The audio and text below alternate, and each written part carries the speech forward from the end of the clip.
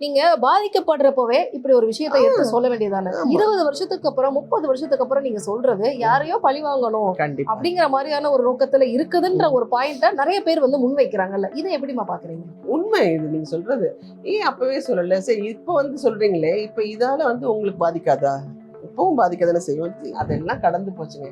எல்லாம் கடந்து போனாலும் நீங்க வாழ ஆரம்பிச்சிட்டீங்களே, வாழ்ந்துகிட்டு இருக்கீங்களே, திருப்பி இது எதுக்கு அதை நோண்டணும்னு நினைக்கிறேன். சோ அதனால அவங்களுக்குள்ள எந்த இதுவும் கிடையாது. இல்லவே இல்லை. ஒரே ரூல் தான், ஒரே. ஆமாமா, 2 பேருக்கும் அது தெரியும். ஸ்டாண்டுனா ஸ்டாண்டு, சிட்டுனா சிட்டு, அவ்வளவுதான். இனஃப், கெட் அப், அவ்வளவுதான். இதே கண்டிப்பு கணவர் மேலே இருந்ததாமா? இல்ல இருந்திருந்தா இருந்திருப்பேன். இல்ல எனக்கு ஒரு இல்ல அப்படி அங்க ரொம்ப சாஃப்டா நீங்க. அதுதான் பொய்யா வாழ்ந்திருக்கேன். என்ன பிளான்ஸ் இதெல்லாம் நம்ம போட்ட பிளானா? ஒண்ணும் கிடையாது. நான்லாம் வந்து திருப்பிலாம் நடிக்க கூட வரமாட்டேன், அப்படியெல்லாம் பெரிய இது மாதிரி எல்லாம் சொன்னேன் நான். உடனே தந்தி பேப்பரை கூப்பிட்டு நான் சத்தியமா திருப்பி கேமரா பார்க்க மாட்டேன். அண்ணன் நிறைய வில்லன் பண்ணிட்டு இருந்தாங்க. நாங்க நடிக்கிற முக்காவாசி படத்துல அண்ணன் இருப்பாரு. ஒண்ணு வில்லனா இருக்கும், தம்பி அண்ணனா இருப்பாரு, அந்த மாதிரி எல்லாத்துலயும் இருப்பாரு அவரு. ஸோ பண்ணும்போது நாங்கள் தான் ஃபர்ஸ்ட் இரவு பூக்கள் பண்ணோம். இந்த மல்லி மல்லி செண்டு மல்லி அந்த சாங் எல்லாம் நானும் அவனோட டூயட்லாம் பாடியிருப்போம். பயங்கரமா சிரிச்சுக்கிட்டே இருக்கும். வார்த்தைக்கு வார்த்தைக்கு அண்ணன் அண்ணன் நீங்க எல்லாரையும் சொல்லிட்டு அதுதான் மைனஸும் அதுதான் பிளஸும் அதுதான். ஓகே. லாஸ்ட் ஆட்டோகிராஃப் யாரும் வாங்கியிருக்காங்கன்னா ரொம்ப வருஷங்கள் இருக்கும். ஆமா, நான் வந்தோடனே ஒரு செல்ஃபி தானே கேட்பாங்க. எந்த செல்ஃபின்ற பேர்ல மேல படுத்துக்கிட்டு இப்படி கிட்ட வந்து உங்களுக்கு என்ன எனக்கு எடுக்க தெரியாதுங்க அப்படின்னா அப்படி இப்படி இப்படி இப்படி வந்து அது ஒண்ணுதான் கொஞ்சம் சங்கடமா இருக்குது. யார்கிட்டே அது கொடுத்து எடுங்கன்னா இல்ல, அது எடுத்தாலும் அவங்களுக்கு ஒரு செல்ஃபின்னு ஒண்ணு எடுக்கணும். அது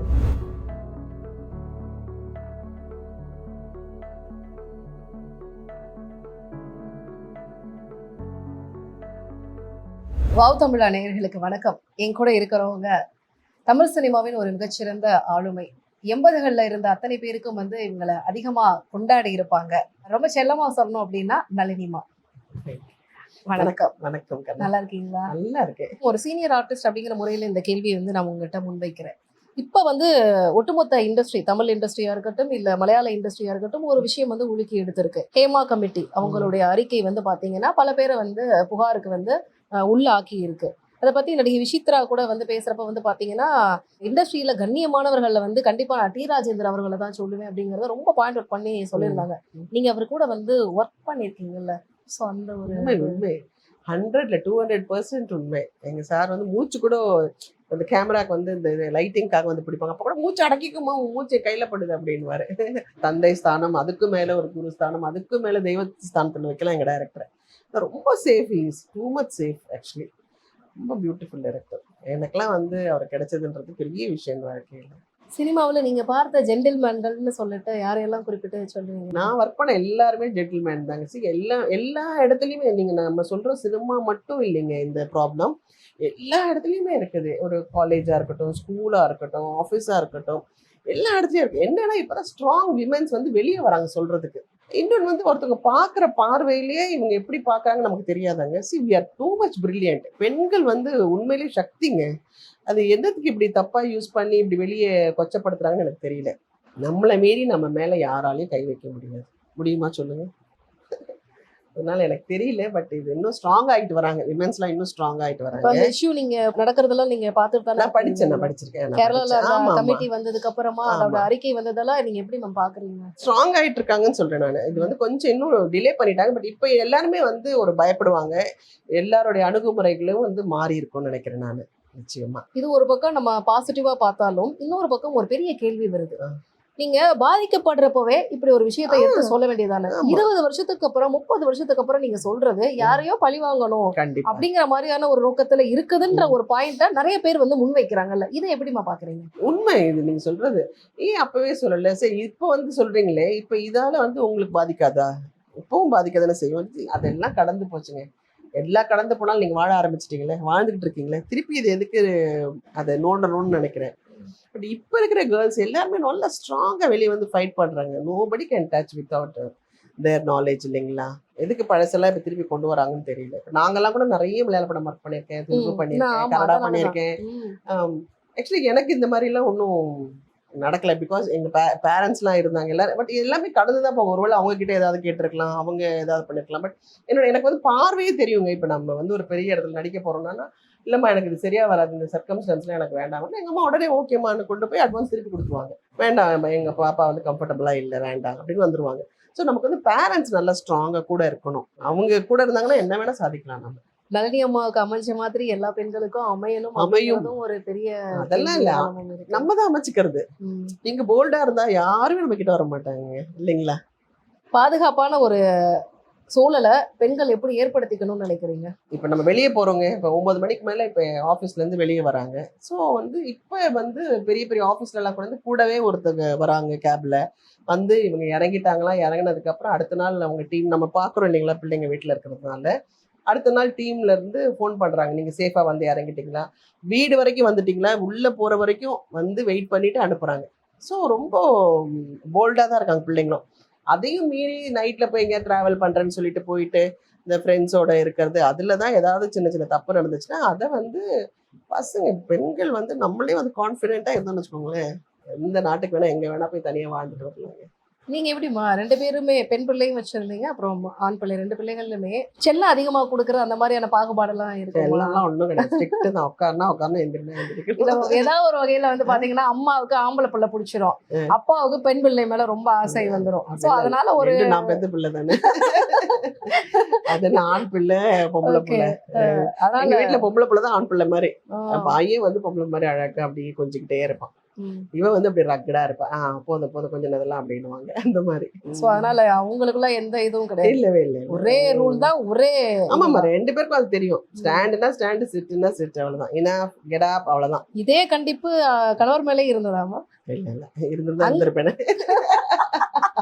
இல்ல எனக்கு ஒரு இல்ல இல்ல. அப்படி அங்க ரொம்ப சாஃப்டா நீங்க.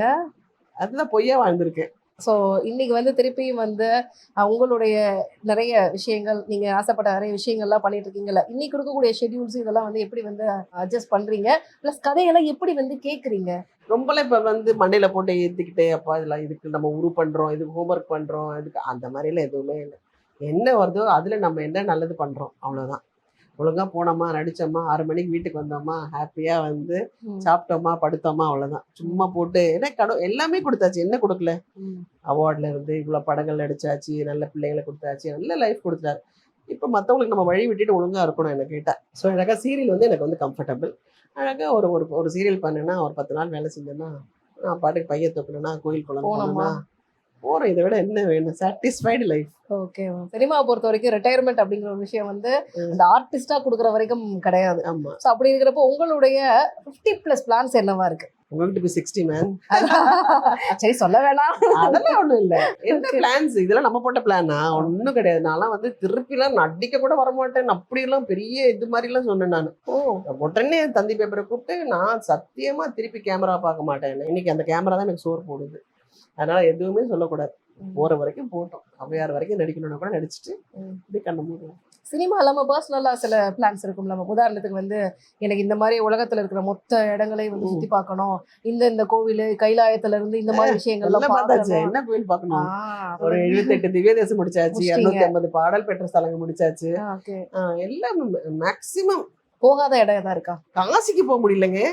இந்த காசி இந்த விஸ்வநாதன் மிச்சு இருக்கிறாரு, கூப்பிட மாட்டேங்கிறாரு. இந்த மிச்சு கூப்பிட்டாதான் போகணும். So அது மட்டும் தான் பெண்டிங்ல அது பெண்டிங்ல இருக்கு, அது வெயிட்டிங்ல இருக்குது. சில கதைகள் வந்து கேட்குறப்ப வந்து பார்த்தீங்கன்னா அது சர்ச்சைக்குரிய ஒரு கதைகளாகவும் இருக்கும். அப்படி ஒரு கதையாக தான் வந்து பார்த்தீங்கன்னா உங்களுக்கு 100வது நாள் படம் வந்து அமைஞ்சது. அவருடைய லைஃப்லேயே வந்து ஃபர்ஸ்ட் டைம் வந்து ஒரு இந்த மாதிரி ஒரு ரூல் வந்து மோகன் சாரும் வந்து ட்ரை பண்ணியிருந்தாரு. ஸோ அந்த டைம்ல அந்த விஷயங்கள் அதில் 100வது நாள் வந்து அம்மா தான் கதை கேட்டாங்கன்னு நினைக்கிறேன், நான் கதையெல்லாம் கேட்கல. மணிவண்ணன் சார் வந்து இப்படி வாமா, இப்படி போமா, இப்படி பயப்படுமா, அப்புறம் அந்த செவரில் உடச்ச உடனே அந்த டெட் பாடி வெளியே வரும், அதுக்கு கத்து, இந்த மாதிரி தான் சொன்னாங்க. பட் இது ஒரு கதையா நம்ம தியேட்டர்ல பார்க்கும்போது தான் ஐயோ இவ்வளோ இருக்குதான்னு நினைச்சோம். கமலா தியேட்டரை நான் பார்க்க போறேன், ரீ ரெக்கார்டிங்கோட பார்த்துட்டு நானும் அப்படியே அலறி இருக்கேன், ஐயோ இப்படி நடிச்சிருக்கோமா நம்ம அப்படின்னு. அதுக்கப்புறம் ஒரு பெரிய இஷ்யூ வந்துச்சு இல்லைங்களா, அவங்க ஒருத்தவங்க வந்து கொலை பண்ணி போட்டாங்க. அதுக்கப்புறம் பாத்தீங்கன்னா அது எங்கேயோ போயிடுச்சு. என்னது திருப்பி போய் படம் பார்க்க வேண்டிய மாதிரி ஆயிடுச்சு, என்ன பண்ணிருக்கோம் அப்படின்னுட்டு. ஏன்னா அந்த படத்தை பார்த்துதான் அந்த தம்பி அப்படி தப்பு பண்ணிருக்காங்க அப்படின்னு சொன்னாங்க. 83, 84ல பாத்தீங்கன்னா பெரிய சர்ச்சைக்குரிய ஒரு படம் வந்து 100வது நாளா அப்படிதான் இருந்தது. இன்னொன்னு வந்து ஒரு ம். ஹீரோ ஃபர்ஸ்ட் டைம் ஒரு ஆன்டி ஹீரோவா பண்றாரு. யாருமே எடுக்காத ஒரு இதை வந்து மோகன் எடுத்து பண்ணாங்க. அதுவும் ரொம்ப தொடர்ந்து நல்லா சில்வர் பண்ணாங்க. ஜூப்ளி கொடுத்த ஒரு ஆமா ஹீரோ. ஆமா ஆமா, சூப்பர். அது எப்படி எவ்வளவு பெரிய விஷயம் இல்ல, எவ்வளவு ஒரு ரிஸ்க் அது. அதுக்கப்புறம் வில்லனா தானே கூப்பிடுவாங்கன்ற அந்த பயம்லாம் இல்லாம மோனி வந்து ரொம்ப அழகா பண்ணாங்க. அந்த படத்துக்கு அப்புறம் இப்போ வந்து 2024ல கோட் படத்துல விஜய் கூட வில்லனா நடிச்சிருக்காரு. So super. அதுவும் வந்து அப்படி ஒரு விஷயமும் நடந்திருக்கு. பாருங்க, பாத்தீங்களா? பாக்கலைங்க. நான் தான் எங்க சினிமா எனக்கு பார்க்கணும் உங்க கோ ஆர்டிஸ்ட்ங்கிறதுனால தகவல் வந்து நான் சொல்லியிருந்தேன். சொல்லியிருக்கீங்க. ரொம்ப ஆமா. சந்தோஷம். அது கலக்குவாப்ல மோகன் வந்து வேற லெவல்ல கலக்குவாரு. இப்போ உங்களுக்கும் அவருக்குமான அந்த கெமிஸ்ட்ரி வந்து பாத்தீங்கன்னா ரொம்ப நேச்சுரலா வந்து ஒர்க் அவுட் ஆயிருக்கிற மாதிரி ம். இருக்கும். அது ஒரு பாட்டுல வந்து பாத்தீங்கன்னா பாட்டு லைன் வந்து ம். உங்களுக்காக எழுதுனதா இல்ல இந்த பாட்டுக்கு வந்து நளினி வந்தாங்களா ஐயோ அப்படிங்கிற மாதிரி தான் அந்த விழியிலே சாங் வந்து அவ்வளோ அழகா கம்போஸ் பண்ணியிருப்பாங்க. ஆமா. அதோடைய ஒரு பெஸ்ட் பிக்சர் தான் வந்து பாத்தீங்கன்னா அந்த வீட்ல கூட நான் வந்து அந்த இடத்துல பார்த்த ஆமா. உடனே ஆமா. அதே விழியிலே வந்து பிடிச்சு போட்டீங்க. ஸோ அது எப்படி மேம் இப்போ அந்த வரைக்கும் அது இதுல ஆமா. இருக்கிறது? அந்த சாங் பண்ணும்போது பாத்தீங்கன்னா, சாங்குக்கான ஒரு டேட்டே கிடையாது அது. சீன்ஸ் பண்ணும்போதே சின்னதா மணிவண்ணன் சார் வந்து சின்னதா மாண்டேஜ் ஷாட் எடுத்து பண்ணாரு. பாபு மாஸ்டர் தான் பண்ணாங்க அதுக்கு. டக்குன்னு எடுத்துருவாரு. பாபு நான் இந்த மாதிரி பண்ண போறேன்னோனே, ஸோ இப்படி நடக்கட்டும், அப்படி பண்ணட்டும்னு சொல்லிட்டு. பட் அது இவ்ளோ பெரிய ஹிட்ன்றது வந்து கடவுளோட ஆசீர்வாதம் தான். மோகன் எப்படின்னா, ரொம்ப ஃப்ரெண்ட்லியா இருப்பாங்க. நம்மள வந்து ஐயோ மோகன் சார் ஆச்சு, பயணங்கள் முடிவுதெல்லாம் இப்படி ஹிட் கொடுத்தாரு அதெல்லாம் மறந்துட்டு ரொம்ப ஃப்ரெண்ட்லியா இருப்பாரு. ஏய் சிரி, நல்லா சிரி, நல்லா சிரிக்கிறியா, அப்புறம் என்ன அப்படின்னுவாரு. இப்படி நட, நான் அப்படி பண்றேன் அப்படி. அதாவது அந்த கிவ் அண்ட் டேக் எடுத்து பண்ணக்கூடிய ஒரு ஆர்டிஸ்ட். உங்களுக்கும் முரளி சாருக்குமான அந்த விஷயங்களும் வந்து பாத்தீங்கன்னா நிறைய ஒர்க் அவுட் ஆயிருக்கு. ஆமா ஆமா, முரளி வந்து சொல்லுவாப்ல, நம்ம 2 பேரும் அக்கா தம்பி தான் கரெக்டா இருக்கும், நம்ம 2 பேரும் ஜோடி வேற போட்டிருக்காங்க, எப்படி நல்லாவா இருக்கும் அப்படின்னு. நல்லாவே இருக்காது. லவ் சீன் எல்லாம் பண்ணுவேன், கீதாஞ்சலில பண்ணும்போது 2 பேரும் சிரிச்சிருவோம். ஒரு 4-5 டேக் வாங்கிருவோம். ஏன்னா எங்களுக்கு அந்த 2 பேருமே வந்து ஒரு ஒரு பிரதர்லி அஃபெக்ஷன். இன்ஃபேக்ட் அவர் வந்து தவறதுக்கு முன்னாடி ஒரு 2 நாளுக்கு முன்னாடி தான் எங்களுக்கு வந்து மீட்டிங் நடந்துச்சு சார், நடிகர் சங்க மீட்டிங். அப்போ வந்து கார்ல இப்படி நின்றுட்டு 2 பேரும் பேசிட்டு இருக்கோம். லைஃப் பத்தி என்ன, ஹேர்டல்ஸ் என்ன, பிள்ளைங்க என்ன பண்ண போறாங்க, நீ என்ன படிக்க வைக்கிற அப்படின்னு பயங்கரமா பேசிட்டு இருந்தோம். பேசி 2வது நாள் வந்து இந்த மாதிரி போது அது பெரிய தாங்க முடியாத ஒரு இழப்புன்னா அது பெரிய இழப்பு. எனக்கெல்லாம் வந்து அவ்வளோ ஒரு ஸ்வீட் பர்சன், பியூட்டிஃபுல். அவ்வளோ பெரிய அவங்க அப்பாலாம் இவ்வளோ பெரிய டைரக்டர், அவ்வளோ ஒரு டவுன் டு இப்படி பண்ணலாமா அப்படி பண்ணலாமே, நான் என் முகத்தையே நீ பார்க்காத, என்னோட சைடில் நீ பார்த்து லவ் சீன் பண்ணு அப்படின்னு. இந்த மாதிரி அந்த மெமரிஸ்லாம் வேற லெவல். ஏதாவது ஒரு பாயிண்ட்ல வந்து உயிருள்ள ஒரு உஷால அந்த உஷா வந்து கதாபாத்திரம் தான் அவரோட லைஃப்ல வந்து ஒரு விஷயமா இருக்க போகுதுங்கிறத முன்கூட்டியே நீங்க கெஸ் பண்ணீங்களா? இல்ல என்னைக்கா டிஆர் சாரை போய் பார்த்து கேட்டிருக்கீங்களா? சார் பாத்தீங்களா என்ன ப்ளே பண்ண வச்சிருக்கீங்க? அவர் அங்கதான் நான் இங்கே 8 அடியில தள்ளி நிற்பேன். ஐயோ என்ன இப்ப சார் வந்து அதை பேஸ் பண்ணி இப்ப இன்னொரு படம் பண்ண போறாங்க பிப்ரவரியில. சொல்லிட்டு இருந்தாரு, உஷாவோட அந்த செகண்ட் பார்ட் மாதிரி பண்ண போறேம்மா அப்படின்னு சொல்லிட்டு இருந்தாரு. கண்டிப்பா பண்ணலாம் சார் அப்படின்னு. சோ நீங்க தான் உஷா மம்மியா இருப்பீங்க. இல்ல அது வந்து செகண்ட் பார்ட் மாதிரி ஏதோ பண்றாங்க போல இருக்குது. அது பண்ண போறோம் அப்ப நாங்க அப்படின்னு ரொம்ப சந்தோஷமா இருக்கு. சார் கல்யாணம் பண்றது அதெல்லாம் வந்து அப்புறம் தான் கரெக்டா அந்த டைம்ல தான் நடந்துச்சு எல்லாமே. அது வரைக்கும் டைட்டில் வைக்காம இருந்தாங்க. கல்யாணம் பண்ணதுக்கு அப்புறம் உயிருள்ள ஒரு விஷயம் வச்சாங்க. ஃபர்ஸ்ட் வந்து பிலிம்கோட பிராண்ட் மட்டும் தான் இருந்துச்சு. அப்புறம் சார் கல்யாணம் பண்ணதுக்கு அப்புறம் தான் அது வச்சாங்க.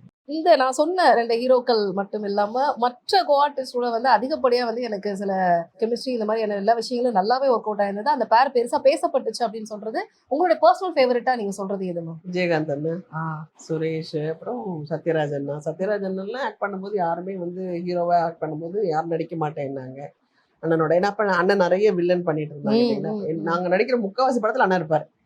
ஒண்ணு வில்லனா இருக்கும், தம்பி அண்ணனா இருப்பாரு, அந்த மாதிரி எல்லாத்துலயும் இருப்பாரு அவரு. ஸோ பண்ணும்போது நாங்க தான் ஃபர்ஸ்ட் இரவு பூக்கள் பண்ணோம். இந்த மல்லி மல்லி செண்டு மல்லி அந்த சாங் எல்லாம் நானும் அவனோட டூயட்லாம் பாடியிருப்போம் பயங்கரமா. சிரிச்சுக்கிட்டே இருக்கும்.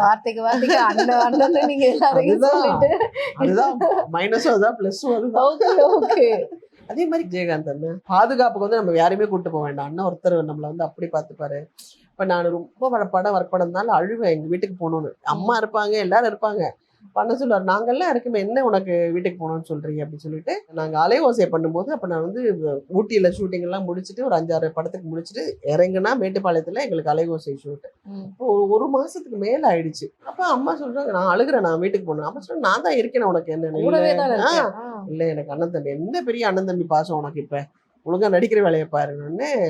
அண்ணன் என்ன பண்ணு, சரி அவளை ரொம்ப திட்டாதீங்கம்மா அப்படின்னு சொல்லிட்டு அங்க அந்த மேட்டுப்பாளையம் பாரத் லாட்ஜ்னு நினைக்கிறேன். ஃபுல்லா ரவுண்டா சேரை போட்டு எல்லாருக்கும் ஒரு பேப்பர் பென் கொடுத்து, சரி நேம் பிளேஸ் திங்ஸ் அனிமல் விளையாடலாமா அப்படின்னு. ஓ சரி சரி அப்படின்ட்டு. இப்போ வந்து அவளுக்கு வீட்டுக்கு போற ஆசையெல்லாம் வராதுமா, அழகா விளையாடுவோம்னு சொல்லிட்டு, அதாவது என்னை வந்து ரொம்ப அது கூல் பண்ணி அந்த விளையாட்டெல்லாம் விளையாட சொல்லி, அப்புறம் எல்லாம் யார், நானு, ராதா ரவி அண்ணன், செந்தில் அண்ணன், கவுண்டமணி அண்ணன், எல்லாரும் ஹாஜா ஷெரீஃப் எல்லாம் ரவுண்டா உட்காந்து எல்லாம் விளையாடி, எல்லாம் தப்பு தப்பா எழுதி, எல்லாருமே வந்து ஸ்பெல்லிங் மிஸ்டேக் எல்லாம் காமிச்சு. நீங்க தான் எழுதுனீங்களா? எல்லாரும் எழுதுவோம்ல, name place things animal, okay okay. எல்லாம் பாரு தப்பு தப்பா எழுதுறாங்க பாரு, இப்பதான் தெரியுது லட்சணம் அப்படின்னு சொல்லிட்டு அண்ணன் கிண்டல் பண்ணி. சோ அப்படியே இப்ப உனக்கு வீட்டுக்கு போறோம்னு ஆசை, அதாவது நாளைக்கு விளையாடலாமா, நான் சரிங்கண்ணா அப்படின்னு. அப்பெல்லாம் உங்களை சமாதானப்படுத்திருக்காங்க. ஆமா, அண்ணா வந்து இஸ் கிரேட். இப்போ வரைக்கும் எந்த ஹீரோயினுக்கும் நடக்காத விஷயம், ஒரே வருஷத்துல அதிகப்படியா படங்கள் நடித்த ஹீரோயின் அப்படிங்கிற ஒரு பெருமை வந்து பாத்தீங்கன்னா உங்களுக்கு 2 வருஷம், ஒரு வருஷம் 23, ஒரு வருஷம் 24 படம். என்ன மேம் இப்படி ஓடி இருக்கும் பாருங்க. இப்ப இவ்வளவு அழகா ரெஸ்ட் எடுக்கிறோம்னா அதுக்கு அந்த ஓட்டம் தான் காரணம். எப்படி மேனேஜ் பண்ணீங்க? அம்மா தான் எல்லாமே. அம்மாக்கு வந்து 24 ஹவர்ஸே பத்தாது. ஐயோ 24 மணி நேரத்துல இந்த முடியுது ஒரு டே அப்படின்னு நினைப்பாங்க. அப்படின்னா பாருங்க. ஓகே, இப்போ உங்களுக்கு கன்ஃபியூஷன்ஸ்லாம் வராதா? ஏன்னா திடீர்னு ஒரு 10 நாள் தமிழ் படம், அப்படியே வந்து டிராவல் பண்ணா ஒரு மலையாள படம், அப்படியே கன்னடா, இப்படி போறப்ப வளரும். அப்ப வந்து ஃபீல்ட் எல்லாம் இங்கதானே இருந்துச்சு, எல்லாமே இங்கதானே.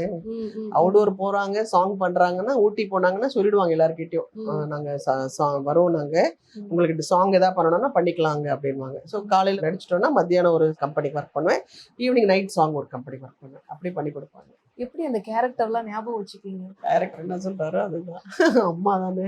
டான்ஸுங்கிறதுனால ஒன்றும் பிரச்சனை இருக்காது, எல்லாத்துக்கும் மாத்தி மாத்தி டான்ஸ் ஆடிட வேண்டியதுதான். என்னன்னா அப்ப வந்து இப்போ சப்போஸ் தூக்கம் வருதுன்னா, அது எப்படி தூக்கம் வரும் இந்த வயசுல, எப்படி ஃப்ரெஷ்ஷா இருக்க வேண்டாமா அப்படின்வாங்க. அப்படி சொல்லியே வந்து எனக்கு ஆமா இல்ல நம்ம ஃப்ரெஷ்ஷா தானே இருக்கோம் அப்படின்னுட்டு. என் பிள்ளைங்க கூட ஏதாவது தூக்கம், ஏய் ஃப்ரெஷ்ஷா இருக்கணும்ல இப்பெல்லாம் அப்படின்னா, அம்மா உங்க அம்மா பண்ணதெல்லாம் எங்களுக்கு அப்ளிக் பண்ணாதீங்க அப்படின்வாங்க. நீங்களே ஏதாவது ஒரு கதையை வந்து ஸ்ட்ரிக்டா வந்து நோ அப்படிங்கிற மாதிரி நிராகரிச்ச ஒரு விஷயம்லாம் நடந்திருக்கா? அப்படின்னா எல்லா கதையும் நிராகரிச்சிருப்பேன். என்கிட்ட கிட்ட வர விட மாட்டாங்க. எதை கேட்டாலும் வேணாம்மா அது நல்லா இல்லம்மா, என்னடி நல்லா இல்லைன்னு. அதனால என்கிட்ட கதை கேட்கறதுக்குலாம் கிட்டே வர விட மாட்டாங்க, அவங்களே எல்லாம் கேட்டு. சோ இப்ப சமீப காலங்கள்ல கதைகள்லாம் நீங்க தானே கேக்குறீங்க? ஆமா. அந்த கேரவன்லாம் இல்லாத நாட்கள் வந்து எப்படி மேம் வந்து நீங்களா சமாளிச்சீங்க? நல்லா இருந்துச்சுங்க, ரொம்ப நல்லா இருந்துச்சு. ஏதாவது ஒரு வீட்டுல போவோம், அழகா அந்த வீட்டுல கொஞ்சம் அடுப்பு காலியா இருந்துச்சுன்னா அம்மா போய் நான் சமைக்கிறேன்ப்பா அப்படின்னு சமைப்பாங்க, நல்லா சமைச்சு எல்லாருக்கும் கொடுப்பாங்க. நல்லா இருக்கும் அந்த வீட்டுல ட்ரெஸ் சேஞ்ச் பண்ணிக்கிறது. இல்லை சப்போஸ் ஒண்ணுமே இல்லை, ஒரு மரத்துக்கு கீழே ட்ரெஸ் பண்ணணும்னா லைட் ஆஃபீஸர்ஸ்லாம் வந்து அழகா வேஷ்டிலாம் ரவுண்ட் பண்ணி கட்டிட்டு வந்துருக்குமா அப்படின்வாங்க. அப்ப இந்த போன் எல்லாம் கையில இல்லை இல்லைங்களா, அதனால நல்ல மக்கள். அந்த ரசிகர்கள் எப்படி மேம் இருந்தாங்க? அது உண்மையான ரசிகர்கள் ஆக்சுவலி. இன்ஃபேக்ட் பயங்கரமா. ஏன்னா இப்ப வந்து செல்ஃபி கேட்பாங்க, கேமரால கண்டிப்பா ஒரு போட்டோ எடுக்கணும்னு இருக்கும். சோ அப்போ இருந்தவங்க எல்லாம் வெறும் உங்களுக்கு கையெழுத்து மட்டும். அந்த ஆட்டோகிராஃபே நமக்கு எவ்வளவு பிளஸ் பண்ணும் தெரியுமாங்க. நம்மளோட பேர் எத்தனை வாட்டி எழுதுறோம் நம்ம, அதுவே நமக்கு வந்து ஒரு பெரிய ஒரு இந்த ராமாராமா எழுதுற மாதிரி தான் இது எல்லாமே. நமக்கு தெரியல, இதெல்லாம் வந்து யூனிவர்ஸோட ஒரு கனெக்ஷன்ஸ். இதெல்லாம் நவீன யுகத்துல இதெல்லாம் இப்ப மிஸ் பண்றீங்களா? ஆமா கண்டிப்பா. இப்ப லாஸ்ட் ஆட்டோகிராஃப் யாரு வாங்கிருக்காங்கன்னா ரொம்ப வருஷங்கள் இருக்கும். ஆமா, நான் வந்தோடனே ஒரு செல்ஃபி தானே கேட்பாங்க. எந்த செல்ஃபின்ற பேர்ல மேல படுத்துக்கிட்டு அப்படி கிட்ட வந்து உங்களுக்கு என்ன எனக்கு எடுக்க தெரியாதுங்க அப்படின்னா அப்படி இப்படி இப்படி இப்படி இப்படி வந்து அது ஒண்ணுதான் கொஞ்சம் சங்கடமா இருக்குது.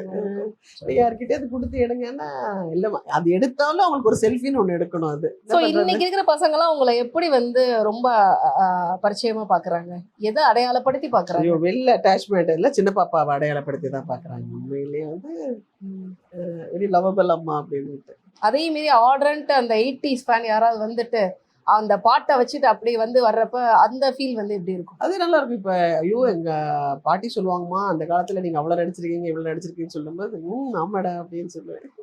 அதே மாதிரி முக்கியமா சிவாஜி ஐயாவோட சேர்ந்து நீங்க நடிச்ச அந்த ஒரு. ஆமா, நான் 5 படம் பண்ணியிருக்கேன். எழுதாத சட்டங்கள், வம்சவிளக்கு, ராஜரிஷி, சாதனை நல்லா பண்ணியிருக்கேன். அப்போ வந்து இந்த செட்டுக்குள்ள வரும்போது எல்லாரும் பயமுறுத்துவாங்க, சிவாஜி அப்பா வந்து அப்படி பயங்கரம் பயமுறுத்துவாங்க. ஆனா எங்க அம்மா சொல்லுவாங்க, நீ அவரை மாதிரிலாம் நடிக்க முடியாது, அவர்கிட்ட எல்லாம் நம்ம கிட்ட கூட போக முடியாது, நீ உன்ன மாதிரி நடி, நீயா நடி, நீ போட்டு சும்மா வந்து அவங்க சொல்றாங்க இவங்க சொல்றாங்கலாம் பயப்படாத. ஃபர்ஸ்ட் ஆஃப் ஆல் அவரும் ஒரு ஆர்டிஸ்ட், நீ ஒரு ஆர்டிஸ்ட், அப்படி நினைச்சின்னா உனக்கு ஈஸியா வரும்னு சொல்லி அப்படி நடிச்சதுதான். பட் அப்பாவே வந்து பாராட்டுவாரு, பரவாயில்ல பிள்ளை கலக்குறியே அப்படின்னுவாரு. இல்ல ஏதாவது தப்புனா சொல்லி கொடுங்கப்பா. எதுக்கு நான் சொல்லி கொடுங்க, அதுதான் டைரக்டர் இருக்கார்ல ஏஎஸ் பிரகாசம் சார் தான் டைரக்ஷன். அதே பாரு அவர் சொல்லுவாரு பாரு, ப்ரொஃபசர் சொல்லுவாரு அப்படின்னுவாரு, ப்ரொஃபசர் போதுமா அப்படின்னா போதும் நான் கரெக்டா தான் பண்றாங்க அப்படின்னு. ஸோ நல்லபடியா வாழ்த்துவார், மனசார வாழ்த்துவார். அவர் நடிச்சதை நாங்கெல்லாம் வந்து படங்கள்ல பார்த்தோம். நீங்க பக்கத்துல இருந்து பாத்தீங்கல்ல, சோ அந்த அனுபவம் எப்படி இருந்தது? அதுதான் ஒரு சின்ன சின்ன விஷயங்கள், மேக்கப்லாம் கூட ஹைப்ரோஸ் இப்படி இது இந்த கேரக்டருக்கு அதுல வந்து இந்திரா காந்தி அம்மா கெட்ட போட்டிருப்பேன் நான். இப்போ ஃபர்ஸ்ட் வந்து போடும்போது அவர் டைரக்டர் சொல்லிருக்காரு, என்ன அவ்வளோ பெரிய அம்மா வேஷம் நீங்க வந்து அவளுக்கு கொடுக்குறீங்க அப்படின்னு. இல்லைன்னா நீங்க அந்த பிள்ளைக்கு மூக்கெல்லாம் பயங்கரமா அம்மா மாதிரி தான் இருக்கும், நீங்க பார்ப்போம்னு. அது ஃபர்னில் பேலஸ்ல நடக்குது. அப்போ வந்து நான் எனக்கு மேக்கப்லாம் போட்டுட்டு என்னை வர சொல்லிட்டாரு. அவர் தள்ளி உட்காந்துருந்தாரு. நான் டக்கு டக்கு டக்கு டக்கு அந்த வயசுக்கு ஓவர் ஃபாஸ்ட்டாக நடந்த உடனே அவர் அப்படியே எந்திரிச்சிட்டாரு. ப்ரொஃபஸரை கூப்பிட்டு, வாத்தியாரா என்னையா உண்மைதான் பண்ணி சொன்னது, அந்த விகுலாம் வச்சுட்டு அந்த பிள்ளை அம்மா மாதிரியே நடக்கிறாங்க, இந்திரா காந்தி அம்மா மாதிரியே நடக்கிறாங்கன்னு சொல்லிட்டு ரொம்ப ஆப்டா. அப்புறம் அந்த ஐப்ரோஸ்லாம் சின்னது இப்படி பண்ணணும் அதெல்லாம் சொல்லி கொடுத்து அழகா அவர் வரைஞ்சி அழகா பெரிய ஒரு லெஜெண்டோட ஆக்ட் பண்ண ஒரு பெரிய பெருமை. ஆக்சுவலி அது கிரேட். அது 1 2 படங்கள் இல்ல, 5 5 படமா? படங்கள் 5 படமா? ஆமா, அது யாருக்குமே மற்றவங்களுக்குலாம் அது பெரிய கொடுப்பினையா கிடைக்கல. சோ அந்த இதுவே நீங்க பெரிய பிளஸ்டா தான் இருக்கு. அதே மாதிரி உங்களுக்கு சினிமாவுல கிடைச்ச இன்னும் மறக்க முடியாத பிளஸ்ட் மூமெண்ட்ஸ் அப்படிங்கிற மாதிரி ஏதாவது இருக்காமா? சிவாஜி அப்பா கூட நீங்க நடிச்ச மாதிரி ஆமா.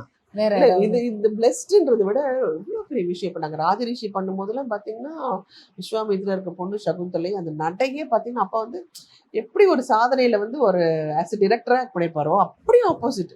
அந்த கம்பீரமான ஒரு நடை, அந்த நடக்கும்போது சொல்லுவார், நீ வந்து நடக்கும்போது இது வந்து ஹிஸ்டாரிக்கல் ஃபிலிம், நீ வந்து எப்படி நடக்கணும், எப்படி நிற்கணும், மூணு வளையக்கூடாது, ஒரு கால் இப்படி வச்சுட்டு ஒரு காலில் தான் நிற்கணும், நிற்கும் போது ஒரு சைடாக நிற்கணும். அந்த அந்த ஸ்கெட்ச் யார் சொல்லி கொடுப்பா? அது அவர் வந்து பாட புத்தகம். ஆக்சுவலி ஆர்டிஸ்ட்டுங்களுக்கு வந்து அவருடைய ஒரு ஒரு படங்கள் பார்த்தாலே நம்ம நிறைய அந்த அப்படியே மானிட்டரியாகவே நம்ம கற்றுக்கலாம். ஒன்று அப்படி டிஃப்ரென்ஷியேட்ஸ் சொல்லி கொடுப்பார்.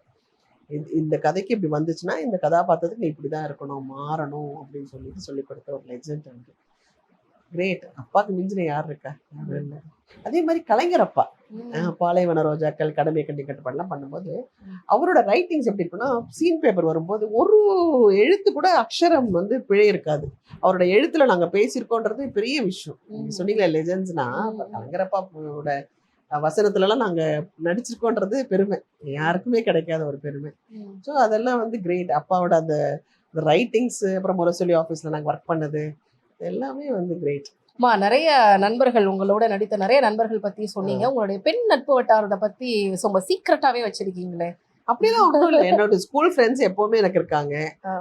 ஆர்டிஸ்ட் ஃப்ரெண்ட்ஸ் வந்து இப்போ ராதிகாமாலாம் எனக்கு சிஸ்டர்னு நான் சொல்லுவேன். எனக்கு என்னுடைய நிறைய நல்ல விஷயங்கள், எனக்கு ஏதாவது ஒரு சின்ன ஒரு தடுமாற்றம் இருந்தால் கூட எனக்கு முன்னாடி வந்து நிற்கிறதுல வந்து ராதிகாமா, சீமாக்கா, நான் இருக்கேன்னு சொல்லி நிற்கிறது சீமாக்கா, குட்டி பத்மினி அம்மா, இவங்கெல்லாம் வந்து வேற லெவல். நான் வந்து சொன்னேன், தாயார் வந்து எனக்கு மனுஷரூபன்ற மாதிரி எனக்கு கருமாரி மாதிரி தெரிவாங்க. 3 சக்தி வந்து என்கிட்ட நிற்கிற மாதிரி இருப்பாங்க இவங்கெல்லாம் எனக்கு முன்னாடி. அதே மாதிரி நல்ல க்ளோஸ் ஃப்ரெண்ட்ஸ் சாதனா, வனிதா, ஊர்வஷி, இவங்க எல்லாம் நல்லபடியா பேசிப்போம். அருணா, கல்லுக்குளிரம் அருணா, நேத்தெல்லாம் கூட யூடியூப்ல அவங்களோட சிக்கன்லாம் பண்ணிட்டு உடனே ஃபோன் பண்ணி, நான் உன்னோட சிக்கன் பண்ண சூப்பரா இருந்தது அப்படின்னு சொன்னேன். ஸோ இது ஒரு மாதிரி அழகா போயிட்டு இருக்கு இந்த நட்பு வட்டம் எல்லாமே. காம்படிட்டரா இருந்த டைம்ல எப்படி மேம் இருந்தது? காம்படிட்டர் நான் நினைச்சதே இல்லையே பாப்பா. பட் ஆனா மக்கள் எல்லாரும் அப்படிதான் நினைச்சிருப்பாங்க. பிஸியா நாங்க 80ஸ்ல பாத்தீங்கன்னா காம்படிட்டரே கிடையாது. இப்போ அம்பிகாமாலாம் வந்து ஒரு படம் பண்ண முடியல, நளினி இந்த படம் நான் வந்து உனக்கு தான் சொல்லியிருக்கேன் நீ பண்ணு அப்படின்ட்டு போவாங்க. அந்த மாதிரி தான், நாங்க காம்படிஷனே கிடையாது. எங்களுக்கு முடியல இந்த படம் நீங்க பண்றீங்களான்னு கேட்போம், அப்படிதான் பண்ணிப்போமே ஒழிய இந்த மாதிரி எனக்கு இல்லைன்னா யாருக்குமே இல்லைன்னு அந்த தாட்ஸ் கூட எங்களுக்கு எல்லாம் கிடையாது. பெரிய விஷயம். ஏன்னா இன்னைக்கெல்லாம் வந்து இந்த படத்தை நீ பண்ணுன்னு சொல்றதுக்கு எத்தனை பேருக்கு மனசு வரும்? ஒரு ஆங்கரிங் சான்ஸ் அத சொல்ல அந்த மாதிரி இல்லை. எங்க எல்லாருமே இன்னசென்ஸ். அப்ப அந்த காலத்துல பாத்தீங்கன்னா எல்லாருமே இன்னசென்ஸ். நாங்க ஆக்சுவலி இப்ப நாங்க பொன்னிமாமா, அம்பிகாமாலாம் நிறைய விஷயங்கள் பேசுவோம். அந்த படம் பண்ணல, இந்த படம் பண்ணல, இந்த படம் நீ பண்ணல, நான் பண்ணல அப்படின்னு சொல்லிட்டு அடிக்கடி ரீயூனியன் வேற நடத்துறீங்கல்ல? இல்ல நான் இல்ல பட் அவங்க நடத்துறாங்க, நீங்க கொஞ்சம் மிஸ்ஸிங் இல்ல, நான் வரவே மாட்டேன். ஏன்னா நான் தான் 7:30க்கெல்லாம் தூங்குற வேலை ஆச்சு, எனக்கு செட் ஆகாது அதெல்லாம். போகணும்ன்ற அந்த ஆசையெல்லாம் இல்லைங்க. என்ன நடந்தாலும் 7:30க்கு நான் தூங்கணும்பா அப்படிங்கறத அதை விட என்னங்க வேணும் லைஃப்ல? தேவையில்லாத காசிப்ஸ், தேவையில்லாத பேச்சுக்கள் எதுக்கு நமக்கு? டேபிள் கிட்ட போய் உட்கார்ந்தாலே அன்னெசரி பேசணும், அது எதுக்கு நமக்கு?